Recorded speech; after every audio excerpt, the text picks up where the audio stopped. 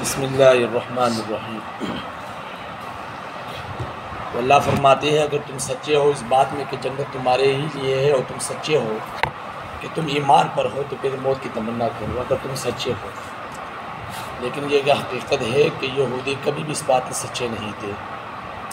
جب ان کو کہا گیا بھائی قوم عمالقہ کی طرف ہم نے جہاد کرنا ہے تو اللہ فرماتا ہے کہ تم جہاد کرو اس قوم کے خلاف، کافر قوم تھی۔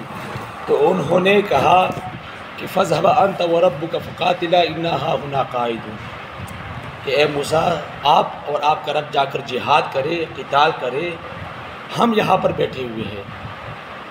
کیا کہا کہ آپ جانے، آپ کا رب جانے، جو کرنا ہے کرو، ہم تو یہیں پر بیٹھے ہوئے ہیں۔ جب آپ قوم پر فتح حاصل کر لو پھر ہمیں آ کر بتانا، پھر وہاں پر ہم جا کر رہ لیں گے، سہ لیں گے، جو بھی کرنا ہے ہم کر لیں گے۔ لیکن موت سے وہ اتنا ڈرتے تھے کہ بھئی ہم یہ کام نہیں کر سکتے۔ کیوں؟ ان کو پتہ تھا کہ اس قوم کے خلاف جب ہم لڑیں گے، اتنے بڑے بڑے آدمی، کہ اس طرح آدمی تھے جسے کھجور کا درخت نہیں ہوتا، اس طرح آدمی تھے۔ یہ ڈر گئے اس بات سے کہ بھئی ہم جا کر لڑیں گے، وہاں پر تو موت حقیقت ہی حقیقت ہے۔ تو انہوں نے کہا کہ آپ جائیں، آپ کا رب جانے، جو کرنا ہے کرو، ہم نہیں جائیں گے۔ لیکن دوسری طرف جب حضور صلی اللہ علیہ وسلم نے کہا کہ بھئی ہم نے جہاد کرنا ہے تو صحابہ نے کہا ہم کریں گے، اور ہم ایسا جہاد کریں گے، ہم ایسا قتال کریں گے کہ آپ کے آگے سے، آپ کے پیچھے سے، آپ کے دائیں سے، آپ کے بائیں سے لڑیں گے کہ آپ کو لڑنے کی ضرورت ہی نہیں پڑے گی، ہم جہاد کریں گے۔ کیوں؟ یہ مسلمان تھے، یہ سچے تھے، ان کو اپنی جنت نظر آ رہی تھی آگے، اور ان کو جو موت کی حقیقت ہے وہ بھی نظر آ رہی تھی کہ بھئی ہمارے مرنے کے بعد ہمیں جنت ہی نصیب ہونی ہے، کہ حضور صلی اللہ علیہ وسلم کی بشارت موجود ہے وہاں پر۔ تو اس کے ساتھ ساتھ یہ بھی بات رکھیے، یاد رکھیے کہ جہاد کرنا، قتال کرنا، یہ حضور صلی اللہ علیہ وسلم سے تو ثابت ہے، لیکن قرآن بھی بتا رہا ہے کہ تم قتال کرو، تم جہاد کرو۔ دوسری طرف اللہ بھی فرما رہا ہے حضور صلی اللہ علیہ وسلم اتنے رحم دل کہ کوئی بھی نہیں ہو سکتا اس برابر، لیکن حضور نے جہاد کیا، حضور نے قتال کیا، لوگ قتل ہوئے، لوگوں کا خون بہا۔ یہ کس لیے؟ بھئی بات یہ بتا رہا ہوں کہ نماز، روزہ، زکوٰۃ، دین اس چیز کا نام نہیں ہے۔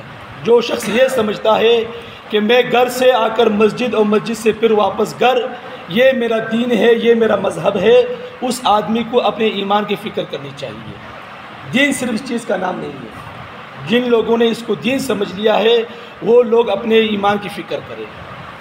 دین اگر نام ہے تو صرف اور صرف اس چیز کا نام ہے کہ اللہ کا دین پوری دنیا میں غالب رہے، یہ دین کا نام ہے۔ اللہ کا دین پوری دنیا میں غالب رہے، یہ اللہ کے دین کا نام ہے، یہ اصل مقصد ہے، اصل دین یہی ہے۔ باقی یہ نماز، روزہ، یہ زکوٰۃ، یہ عمرے کرنا، یہ ایک معاشرے میں کوئی شخص رہتا ہے تو یہ اس کے لیے ہے۔ معاشرے کو بنیاد بنانے کے لیے ان چیزوں کی ضرورت پڑتی ہے کہ میری آپ سے ملاقات ہو، آپ کو میری سے ملاقات ہو، تو مسجد میں آنا جانا رہے گا، یہ اس چیز کے لیے ہے۔ وگرنہ اصل مقصد دین کا کیا ہے بھائی؟ کہ پوری کی پوری دنیا میں اللہ کا دین غالب رہے۔ اس کے لیے لوگوں نے قتال کیا ہے، اس چیز کے لیے حضور صلی اللہ علیہ وسلم کو تکلیفیں پہنچائی گئی ہے کہ حضور صلی اللہ علیہ وسلم کے لیے پوری دنیا بنائی گئی ہے، لیکن حضور کو کس کے لیے بنایا گیا؟ اللہ کے لیے، کہ بھئی اللہ کے دین کے لیے اپنے سختیاں برداشت کرنی ہیں۔ انبیاء قتل کیے گئے، شہید کر دیے گئے، ان کو تکلیفیں پہنچائی گئی، صرف اور صرف کس چیز کے لیے؟ دین کے لیے، کہ پوری کی پوری دنیا میں دین غالب رہے۔ اور ہم نے دین کو کیا سمجھ لیا بھئی؟ نماز، حج، روزہ، زکوٰۃ، بس اسی چیزوں میں مگن رہتے ہیں۔